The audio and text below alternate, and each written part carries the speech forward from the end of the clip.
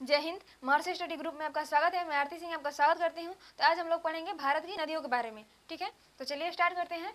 यह है हमारा प्यारा भारत, और भारत की जो नदियाँ हैं उनको दो भागों में बांटा गया है। ठीक है, भारत का जो ऊपरी हिस्सा है इधर ही है हिमालय पर्वत। ठीक है, और जो हिमालय पर्वत के क्षेत्र में जो नदियाँ बहती हैं उनको हिमालयी नदियाँ कहते हैं। ठीक है, और जो प्रायद्वीपीय भारत, ये प्रायद्वीपीय भारत है, तो प्रायद्वीपीय भारत के क्षेत्र में जो नदियाँ बहती हैं उनको प्रायद्वीपीय नदियाँ कहते हैं। ठीक है, अब जो हिमालयी नदियां हैं इनको भी तीन भागों में बांटा गया है। ठीक है, एक सिंधु नदी तंत्र, और गंगा नदी तंत्र, और ब्रह्मपुत्र नदी तंत्र। अब ये नदी तंत्र किसको कहा जाता है?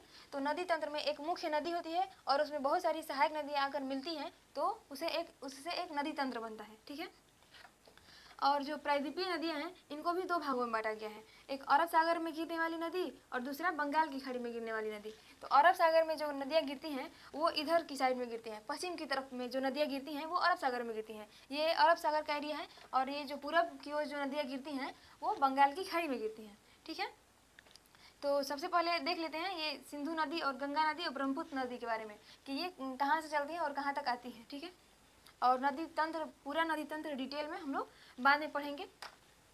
तो ये जो सिंधु नदी है वो चीन के तिब्बत के क्षेत्र से ही निकलती है, ये भारत होते हुए पाकिस्तान में आती है और पाकिस्तान से होते हुए पूरा ये अरब सागर में आकर समुद्र से मिल जाती है। और दूसरी है गंगा नदी तंत्र। तो गंगा जो नदी है वो उत्तराखंड से निकलती है भारत में ही, और ये यूपी बिहार होते हुए बांग्लादेश में चली जाती है, और बांग्लादेश होते हुए ये बंगाल की खाड़ी में आकर गिर जाती हैं। तीसरी है ब्रह्मपुत्र नदी। तो ब्रह्मपुत्र नदी भी तिब्बत से ही निकलती है, तिब्बत के क्षेत्र से ही निकलती है, और ये अरुणाचल प्रदेश में भारत में प्रवेश करती है, ये असम होते हुए बांग्लादेश में प्रवेश करती है, और फिर ये जाकर गंगा नदी में मिल जाती है, और दोनों संयुक्त रूप से बंगाल की खाड़ी में गिरती हैं। तो चलिए, इतना नॉर्मली एक रफली आइडिया हो गया कि कौन सिंधु नदी और गंगा नदी और ब्रह्मपुत्र नदी के बारे में। अब हम लोग सबसे पहले जो प्रायद्वीपीय नदी हैं उनको पढ़ेंगे, क्योंकि वो थोड़ा आसान है और याद भी हो जाएगा। तो पहले आसान को ही पढ़ा जाता है, एक ही बार टफ पढ़ने लगेंगे तो याद भी नहीं होगा और मन भी उब जाएगा। तो जो सबसे आसान है पहले उसको पढ़ते हैं। तो जो बंगाल की खाड़ी में गिरने वाली नदियाँ हैं उनको हम लोग पहले देख लेते हैं। ठीक है, तो प्रायद्वीपीय भारत की नदियों के बारे में। तो प्रायद्वीपीय भारत में जो सबसे दक्षिण में, जो भारत की सबसे दक्षिणी नदी है वो है वैगई नदी। ठीक है, वैगई नदी, इसका नाम है वैगाई नदी। वैगाई नदी, ये जो नदी है ये भारत की सबसे दक्षिणी नदी है, और ये पश्चिमी घाट से निकलती है। इधर का एरिया, ये इधर जो पहाड़ी है वो पश्चिमी घाट कहलाता है, और इधर की पहाड़ी को पूर्वी घाट कहलाता है। आप लोग थोड़ा भी पहाड़ के बारे में पढ़े होंगे तो जानते होंगे। तो ये पश्चिमी घाट से निकलती है। ठीक है, पश्चिमी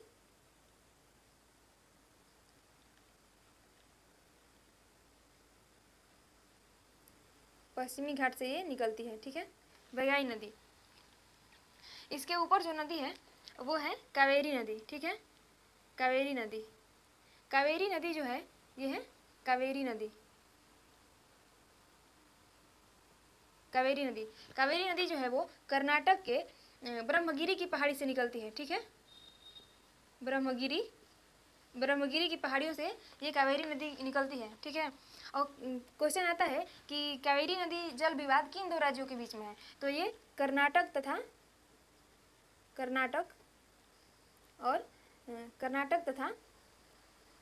तमिलनाडु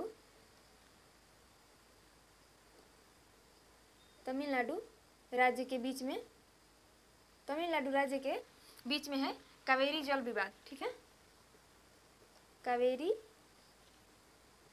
जल विवाद, कावेरी जल विवाद। और कावेरी नदी को ही दक्षिण भारत की गंगा कहते हैं, इसकी पवित्रता के कारण ही इसको दक्षिण भारत की गंगा कहते हैं। ठीक है, दक्षिण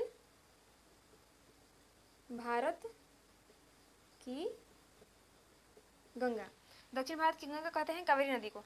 और कावेरी नदी जो है वो कर्नाटक और तमिलनाडु में बहती है। ठीक है, इसके ऊपर में है कृष्णा नदी। ठीक है, कृष्णा नदी जो है वो महाराष्ट्र से निकलती है, कर्नाटक, तेलंगाना और आंध्र प्रदेश होते हुए बंगाल की खाड़ी में आकर गिरती है। ठीक है, कृष्णा नदी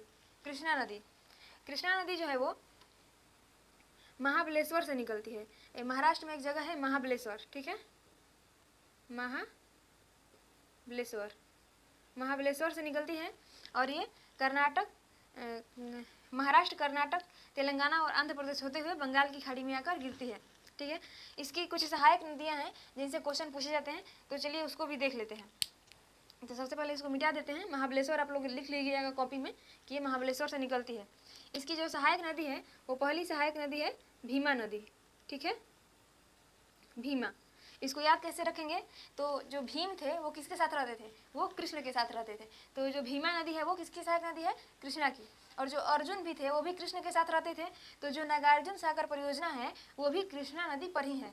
तो इस तरह से भीम और अर्जुन से रिलेट करके ये दो चीज़ें हम लोग याद रख सकते हैं। ठीक है, दूसरी है मूसी नदी। ठीक है, मूसी भी कृष्णा की सहायक नदी है, मूसी। और मूसी नदी के तट पर ही हैदराबाद शहर बसा हुआ है। उसके बाद ये उत्तर से आकर कृष्णा नदी में मिलती हैं, कृष्णा की सहायक नदी है जो उत्तर से आकर मिलती हैं। अब दक्षिण से जो आकर मिलती हैं वो है मालप्रभा, एक मालप्रभा। ये तो बहुत बड़ा बड़ा नाम हो जा रहा है। अच्छा देखते हैं, ये नदी है मालप्रभा, थोड़ा आप लोग भी एडजस्ट कर लीजिएगा। दूसरी है घाटप्रभा, घाटप्रभा। और तीसरी जो नदी है वो है तुंगभद्रा। ठीक है, तुंगभद्रा, तुंगभद्रा। और यहाँ पे एक और नदी है, उसका नाम है कोयना। तो ठीक है, एक कोयना बांध भी है, तो उसको भी याद करने में आसानी रहेगी। जब याद रहेगा कि हाँ कोयना किसकी सहायक नदी है, तो कोयना कृष्णा नदी की सहायक नदी है। ठीक है, ये सहायक नदियाँ याद हो गई। कौन कौन से सहायक नदी, तो दक्षिण से कौन कौन सी मिलती है, कोयना, घाटप्रभा, मालप्रभा और तुंगभद्रा। और ऊपर से उत्तर की ओर से कौन कौन नदियाँ मिलती हैं, तो वह है भीमा और मूसी। ठीक है, ये कृष्णा नदी के बारे में हो गया। और ये कहाँ से निकलती है, तो ये महाबलेश्वर से निकलती है। उसके बाद है गोदावरी नदी। ठीक है, गोदावरी नदी, गोदावरी नदी, गोदावरी नदी भी महाराष्ट्र से निकलती है और ये महाराष्ट्र, तेलंगाना और आंध्र प्रदेश होते हुए आकर बंगाल की खाड़ी में गिर जाती है। ठीक है, ये कौन सी नदी है, तो गोदावरी नदी, गोदावरी नदी। गोदावरी नदी जो है ये प्रायद्वीपीय भारत की सबसे लंबी नदी है। ठीक है, वो आप लोग को दिख भी रहा होगा कि जो सबसे लंबी नदी कौन सी है, वो है गोदावरी नदी। गोदावरी नदी जो है वो महाराष्ट्र के नासिक जिले से निकलती है। ठीक है, नासिक जिले के में एक त्र्यंबकेश्वर की पहाड़ी है, त्र्यंबकेश्वर, त्र्यंबकेश्वर से ये निकलती है, त्र्यंबकेश्वर से निकलती है। ये महाराष्ट्र, तेलंगाना और आंध्र प्रदेश होते हुए बंगाल की खाड़ी में आकर गिरती है। गोदावरी नदी की भी सहायक नदियां हैं जिनसे क्वेश्चन पूछे जाते हैं। ठीक है, तो इसकी जो सहायक नदी है वो है पेनगंगा, ज़्यादा लंबा हो गया, ये है पेनगंगा, पेनगंगा। और इसी में आकर मिल जाती है वर्धा, वर्धा। और एक है वेनगंगा, वेनगंगा, वेनगंगा। और एक और नदी है इंद्रावती। ठीक है, इंद्रावती। यही जो मेन सहायक नदी है वो यही चार है। कौन कौन सी है, पेनगंगा, वर्धा, वेनगंगा और इंद्रावती। ये किसकी सहायक नदी है, तो गोदावरी की। ऐसा नहीं है कि आ गया कि पेनगंगा किसकी सहायक नदी है, तो ये गंगा लगा हुआ है तो गंगा की सहायक नदी है, ऐसा कुछ नहीं है। इसको ध्यान में रखना है कि ये गोदावरी की सहायक नदियाँ हैं। ठीक है, ये भी पूछता है कि गोदावरी नदी कौन कौन से राज्य से होकर गुजरती है, तो कौन कौन से, महाराष्ट्र, तेलंगाना और आंध्र प्रदेश से होकर गुजरती है। ठीक है, अब इसको मिटा देते हैं। आप लोग कॉपी में इसको नोट कर लीजिएगा। ठीक है, तभी तो आगे की नदियों के बारे में देखेंगे। इसको बना देते हैं, ये गोदावरी नदी है।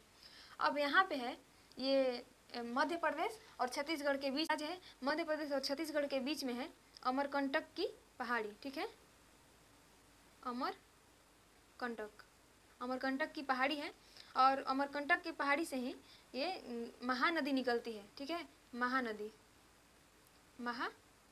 महानदी। ये जो महानदी है ये मुख्य रूप से उड़ीसा की नदी है, जो छत्तीसगढ़ और उड़ीसा होते हुए बंगाल की खाड़ी में आकर समुद्र से मिल जाती है।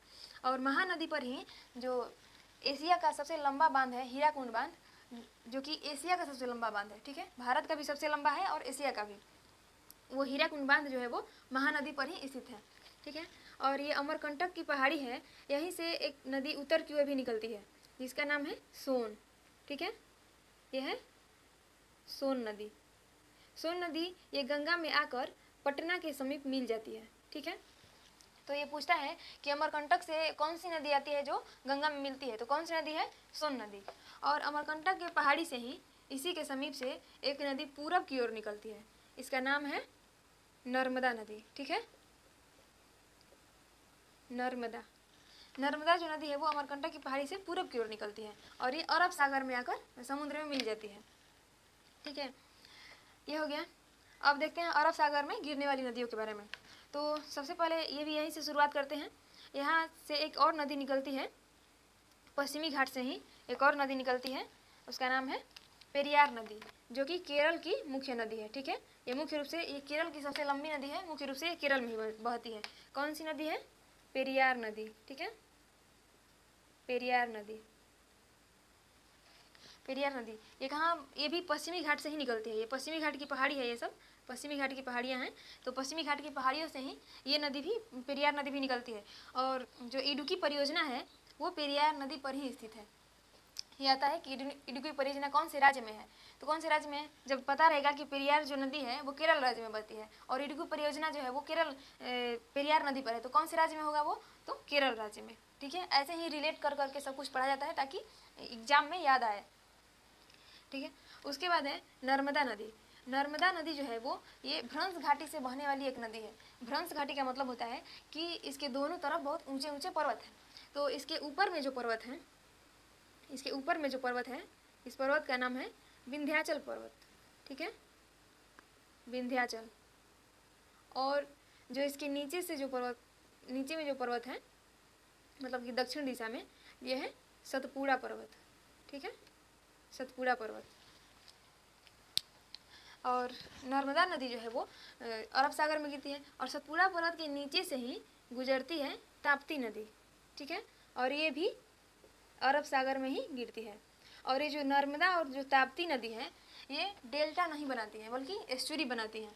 अब डेल्टा और एस्चुरी क्या है, तो नॉर्मली समझा देते हैं यहाँ पे कि ये जो नदियाँ हैं, जितनी भी नदियाँ हैं जो समुद्र में जाकर मिलती हैं, वो नदियाँ अपने साथ बहुत सारे पेड़ पौधे, पत्थर, ये सब मिट्टी बहा कर ले जाती हैं और जहाँ समुद्र से मिलती हैं वहाँ मुहाने पर उस मिट्टी को, जितने भी जो लकड़ी, ये सब जितने भी जीवाश्म लेकर जाती हैं उसको अपने मुहाने पर छोड़ देती हैं और आगे बढ़ जाती हैं। तो जब वहाँ पे बहुत सारा मिट्टी, बहुत ज़्यादा ये सब जीवाश्म इकट्ठा हो जाता है तो उसी को डेल्टा कहा जाता है।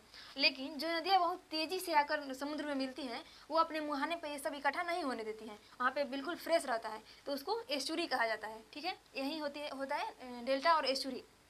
बाकी का अगर डिटेल में जानना होगा तो हम दूसरी वीडियो बना देंगे उस पर। तो दो ही ऐसी नदी हैं पूरे भारत में, दो ही ऐसी नदी हैं जो डेल्टा नहीं बनाती हैं, एस्चुरी बनाती हैं। कौन कौन सी है, नर्मदा और ताप्ती, ठीक है। अब इसके बाद है यहाँ से एक निकलती है माही नदी, ठीक है, माही नदी। ये भी आकर खंभात की खाड़ी में अरब सागर से मिल जाती है।